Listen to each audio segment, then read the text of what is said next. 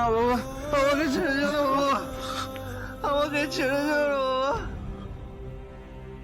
তুমি আমাকে ছেড়ে চলে গেলে আমি বড্ড একা হয়ে যাবো।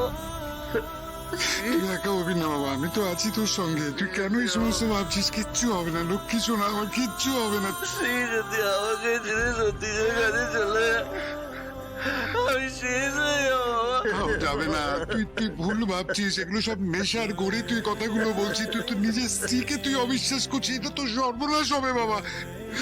বাবা, বাবা আমার কথাটা শোন। সারা জীবন যাতে এভাবে কাটতে না হয় তার জন্য তোর আগে যেটা করতে হবে, ভূত থেকে ছাড়তে হবে বাবা। আমাকে দেখ না, আমি জীবনে মস্ত বড় ভুল করেছি বাবা। তুই সেই ভুলটা করিস না বাবা, তুই সেই ভুলটা করিস না। নিজের ভালোবাসা নিয়ে থাক বাবা। কাঁদিস না। আমি বলছি কিচ্ছু হবে না, কিচ্ছু হবে না। আপনি বাবা লক্ষ্মী শোনো, আমার ঘুমো ঘুমো বাবা, লক্ষ্মী শোনো আমার, ঘুমি বাবা, ঘুমি বাবা।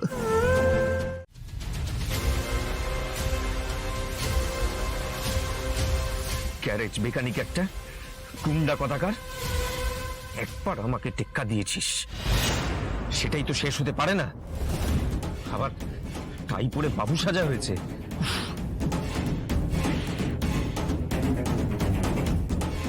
তবে যা বুঝতে পারছি, মনে হচ্ছে শ্রীয়ের সাথে তোর কিছু একটা বিষয় নিয়ে ঝামেলা চলছে।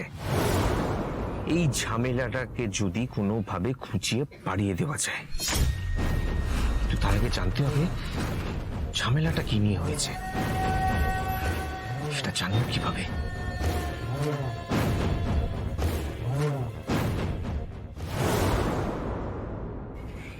আরে জিনিয়া বৌদির কথা আমি কিভাবে ভুলে গেলাম?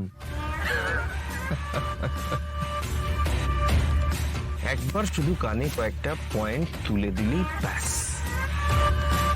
তারপর বাকি খেলাটা কিভাবে খেলতে হবে সেটা আমি বুঝে নেব। আমি আমার ছেলে মেয়ের ভালো মন্দ বুঝি। যে ছেলে জীবনে কোনোদিন এতটা বয়স পর্যন্ত এতটুকুনি মদ খেয়ে আসেনি, সে বিয়ের পর মদ খেয়ে মাতাল হয়ে বাড়িতে ফিরছে। কেন? কিসের জন্যে? তোর জন্যে। তুই ওকে সুখী করতে পারিসনি।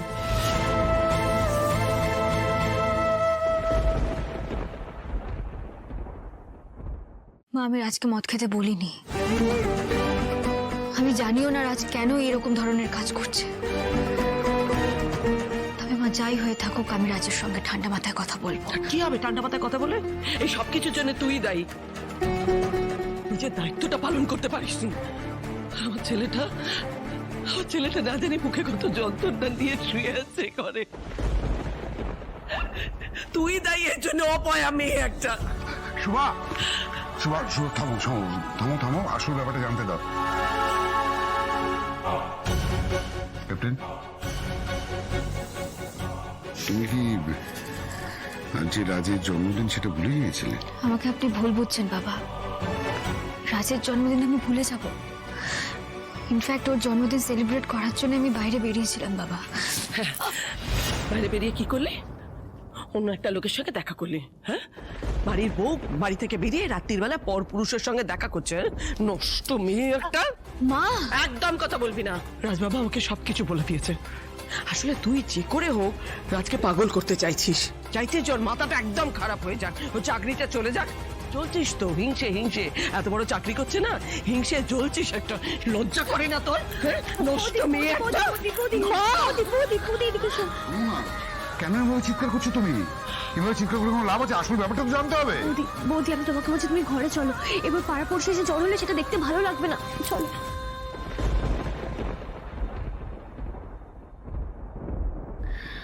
আজ আমি আপনাকে কথা দিচ্ছি মা, আমি আর কোনোদিনও রাজকে এই চাকরিটা নিয়ে কিচ্ছু বলবো না। ওর জীবন, ও যা ইচ্ছা হবে ও তাই করবে। আর আমি খুব ভালো করে বুঝে গেছি মা, আমার কথার আর কোনো গুরুত্ব নেই ওর জীবনে। রাজ স্যার তো আজকাল ফিরবে না। আসলে স্যারের কাল জন্মদিন, তাই ম্যাডাম ওনাকে নিয়ে পাবে পার্টি করতে গেছেন। Mrs. Ghoshal, you are fired from your job right now.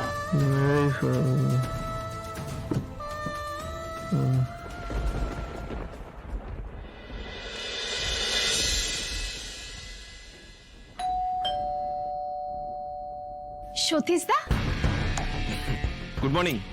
বাড়ির সবাই কোথায়? সোমা কে এলো রে? হ্যাঁ, আরে আন্টি। সতীশ। আরে থাক থাক থাক থাক থাক বাবা থাক। কেমন আছেন আন্টি? এই চলে যাচ্ছে একই রকম। আরে তুমি দাঁড়িয়ে আছো কেন? এসো এসো, ভেতরে এসো। আরে কি ব্যাপার, কেমন আছো? ভালো আছি। এই সতীশ, বাবা তোমার এখানে কি হয়েছে?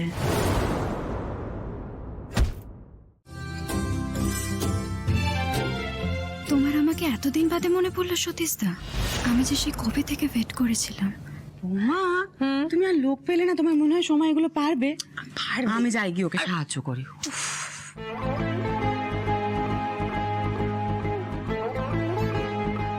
ধান্না ছাড়া তো সতীশ এ বাড়িতে এসে সাত সকালে কচুরি খাওয়াবে না, ব্যাপারটা কি? সোমু, তুমি অফিস যাবে না? যাও তাড়াতাড়ি গিয়ে রেডি হয়ে নাও। আর শোনো, আজকে কিন্তু বেরোনোর আগে সতীশের রান্না গরম গরম কচুরি খেয়ে তারপর বেরিয়ে, কেমন? একদম। সতীশ, তোমরা কথা বলো, আমি রেডি হইনি।